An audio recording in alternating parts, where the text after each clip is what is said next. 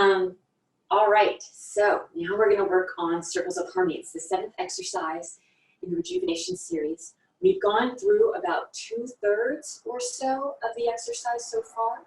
So the first part is going to be a review. If you haven't gone over this exercise before, you might want to check back onto previous Saturdays where we've gone over the beginning elements of it. And for those of you who have already seen or already started with this exercise with us, I'm sorry I forgot to bring pudding, but pudding really isn't part of the following parts of the exercise as much. And pudding, because that might sound a little strange, is a big stuffed rat, not a real rat, stuffed animal, stuffed. And she helps demonstrate sometimes. All right, so here we go. Same opening.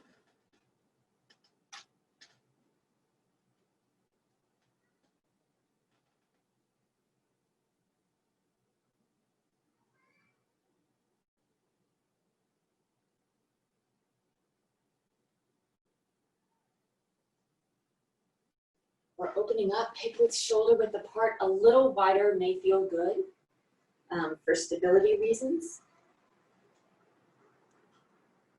Settling into the space, and the mechanics for the first part go thusly. The arms come up, then the right hand comes underneath the left.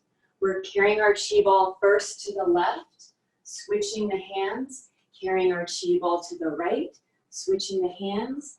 The arms travel through that horizontal plane. We're repositioning the feet. The palms are now facing the earth. We're going to pull back with the shoulder that's closest to the screen.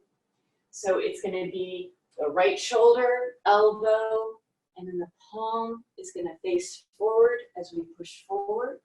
Next, we have both. They're pulling from the shoulder or even the big spine point, pulling back, opening up the throat and the chest, sweeping the arms out to the sides. The palms are facing up now. And then we're going to do our little finger flare, our little finger fan. So as we pull back, the fingers are going to go pinky, ring, middle, index, thumb, rotating the wrists. And now the 4 fingers are touching and about the level of the bridge of the nose. You can see over, so you don't want to be hidden completely. You want to be able to see in front of you. And then we're simply going to do, we call it forward roll. It's not really forward roll, but we're hinging at the waist and then transferring our weight to the lead leg, rolling up. And now we get to continue on. That's what we've done so far. We're going to release the arms. The palms are open. We're gathering energy from the earth. And then rolling those hands together again, circling down. Now we're going to let go and reach up, gathering energy from the sky or the heavens. Coming down.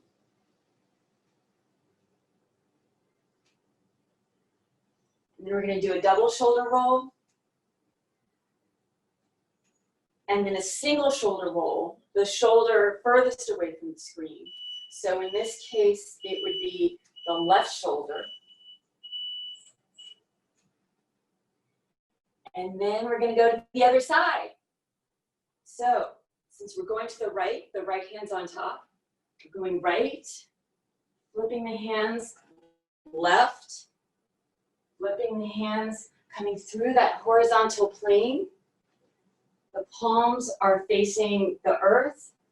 We're pulling back with a single shoulder roll, pushing forward, double shoulder roll, sweeping the arms out to the sides, palms are facing the sky.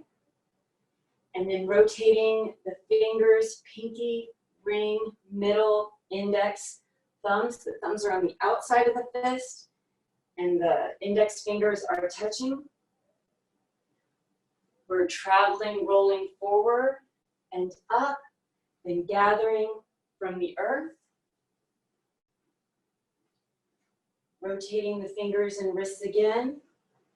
Rolling down and up. This time taking energy from the sky and the heavens. Coming down. And then it's a double shoulder roll. Single shoulder roll, so the one furthest from the screen, which would be the, I can do it, the right shoulder. Sometimes I get confused with the mirroring. Left hand's on top now. Left, right, all the way to the left. Single shoulder roll. Double shoulder. Fingers, wrists, hands, rolling forward, reaching from the earth, rolling forward, reaching from the sky. And then we've got our double, single, which is the one furthest away from the screen. And then we're traveling to the right, left, all the way to the right, pulling back with the left, pulling back with both. Finger, wrists, hands, rolling forward from the earth. Fingers, wrists, hands, rolling forward from the sky. And then we've got our double, rear shoulder roll, which is the right, grasping our T-ball, and you guessed it, left, right, carrying all the way to the left, palms are facing the earth, pulling back, pushing forward, pulling back, scooping around. Finger fan, rolling forward, scooping from the earth, finger fan, rolling forward, scooping from the sky, and double, single, right, left, all the way to the right, single, double, finger flare, rolling, earth,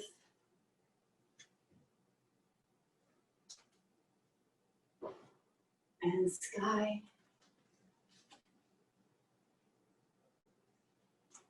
double, single, and we're going to close. So we're going to the left, to the right, to the left, and out, and closing.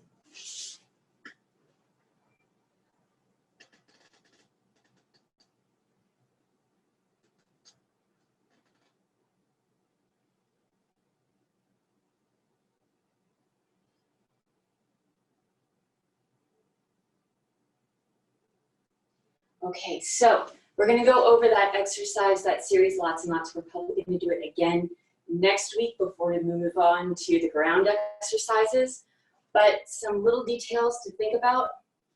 We're activating a lot of joints in this exercise. So first, obviously, the shoulders.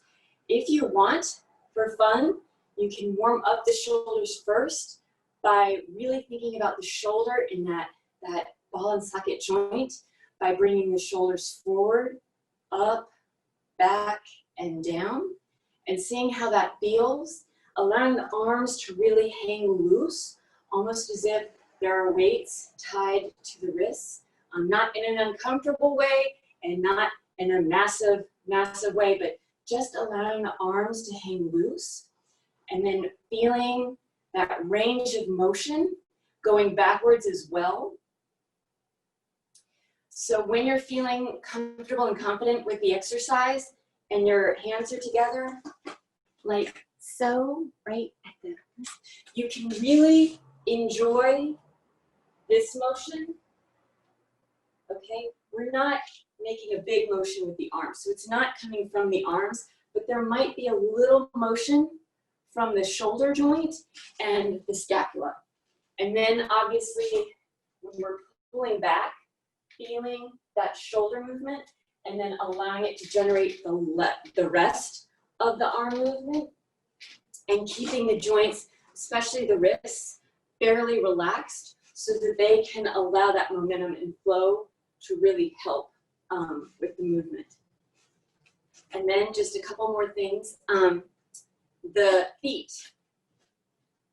So now you can see my feet. Sometimes when we're working on this, we get really excited and we start coming up off of that back heel. For this exercise, the back heel stays planted except when you're repositioning the feet. So when repositioning the feet, I'm lifting the left toes to point at that left wall or window or whatever it happens to be, tree if you're outside, and then I'm picking up the right heel and placing it down at a 45-degree angle or thereabouts. So once I've done that, though I'm rocking on this front heel quite a bit, the back heel stays firmly planted on the earth. You want that energy, that connection between the back heel and the earth, whereas the toes in the lead leg come up, and you've got this rocking motion. So you may want to even practice this rocking motion a little bit so that it feels comfortable to you. And then obviously the other side. There we go. Right? And practice that weight transference of the hips from lead leg to the rear. Okay? So things that you can play with in addition to the actual exercise. This exercise has natural breathing, so there is not a specific breathing pattern for it. So you breathe however it works best for you.